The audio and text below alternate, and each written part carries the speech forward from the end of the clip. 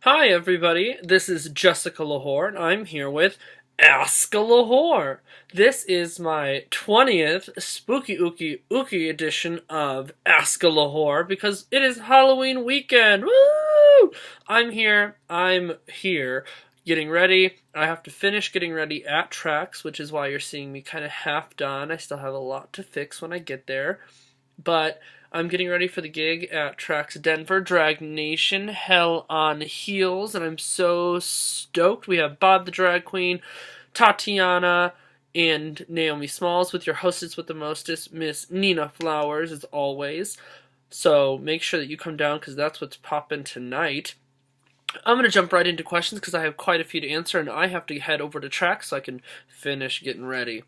My first question is, what do you think about older drag queens? Their look, their performance, their contributions to their art, and how do you see yourself as you grow older, and how will you affect your drag performance? So there's a lot of different parts to that. First one is, what do you think about older drag queens? I love and I respect older drag queens. There's something that older, and I don't even say older, I say more experienced, veteran drag queens have over everybody. When it comes to a following, when it comes to a fan base, when it comes to really, really working towards what you have, that is who we should be looking up to and respecting. Hearing stories about how drag queens or more experienced drag queens back in the day would get stopped by police to make sure they had one article of male clothing on, being thrown in jail, fighting for us to be able to go out like this on a regular basis. That's a huge, huge thing that everybody overlooks. The other thing is that they didn't have YouTube. They didn't have, ways to look online for tips, tricks, and everything like that. They taught themselves their makeup. They had a drag mother or a drag family. They taught themselves. They learned how to sew, style wigs. They figured it out a lot harder than we do now today. So there's so much respect that comes with that. Their look overall, I think that what I love about more experienced drag queens or that generation of older drag queens is that they have head to toe flawless glamour showgirl. They're there to perform. Like, they're not, everything that they have on is expensive and costs a lot, and that's something that you don't see nowadays. Performances, I think it really varies. I think if you were to say, and it's not really fair to like judge somebody on their performance, but if you were to look at how they used to perform whereas how they are able to perform now, that's a huge factor that comes into play. But you look at people like Brittany Michaels, and Brittany Michaels still can dance better than half of the queens that are up and coming now. And if you've ever seen Brittany Michaels perform, she's a dancing queen. She can throw some arms, she can drop it, she can spin, she can do everything in a showgirl outfit, and she looks fantastic. Contributions to the art, they paved the way.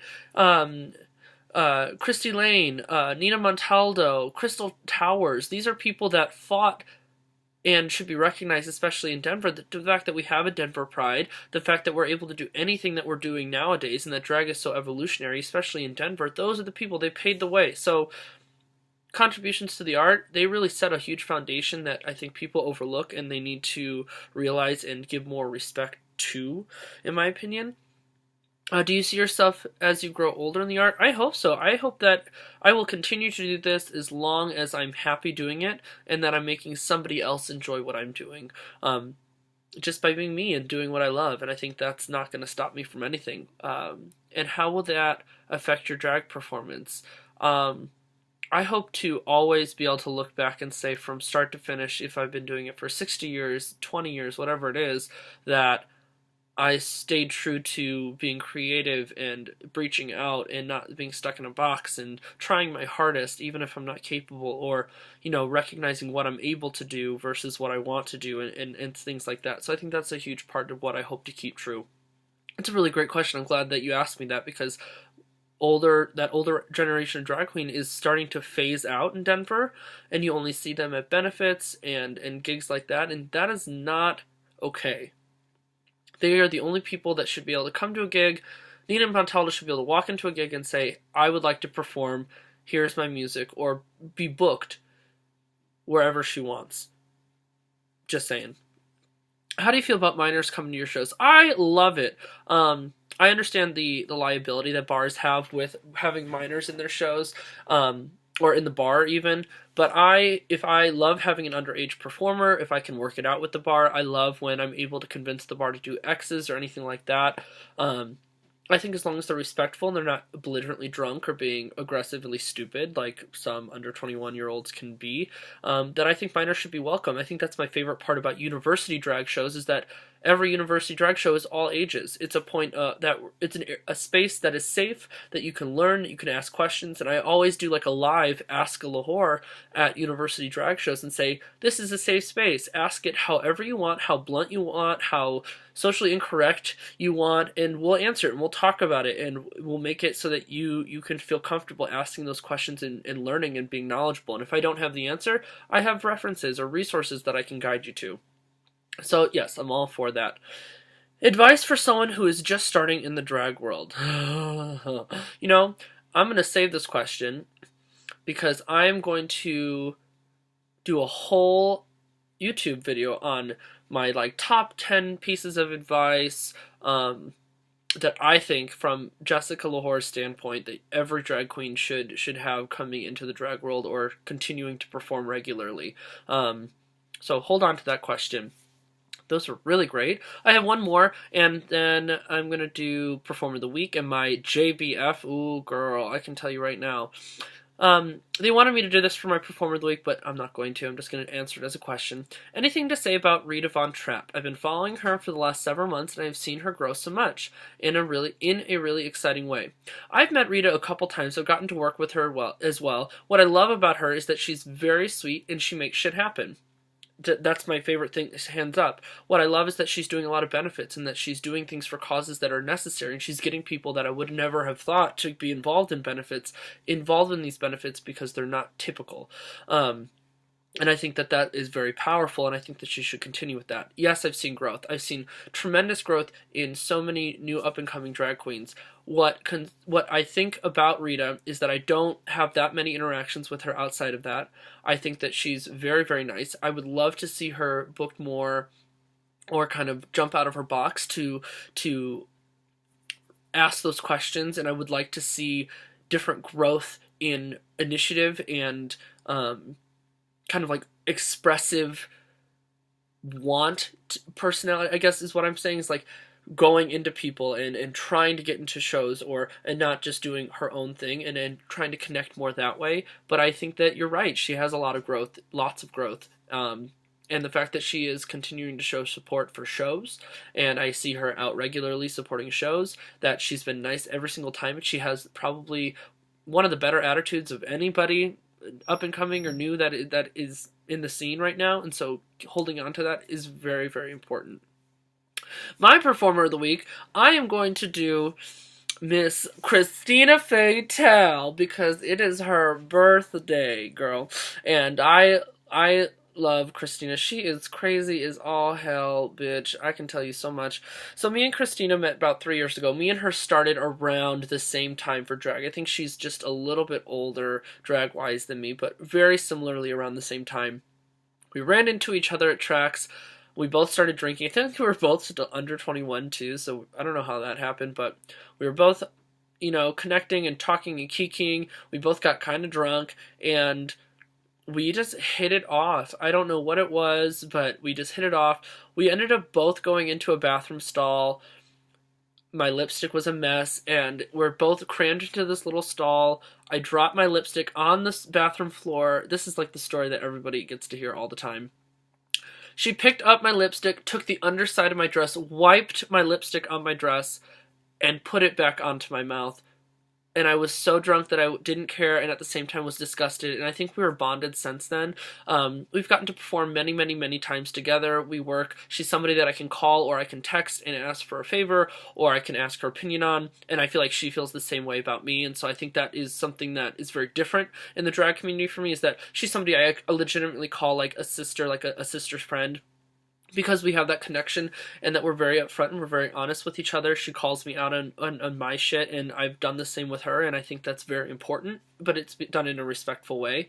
If you've ever been to one of her shows, she has always a great lineup for her show. The more she drinks, the more aggressive she gets on the host, so she'll yell at you, she'll scream at you, she'll make you take your pants off, but her shows are always fun.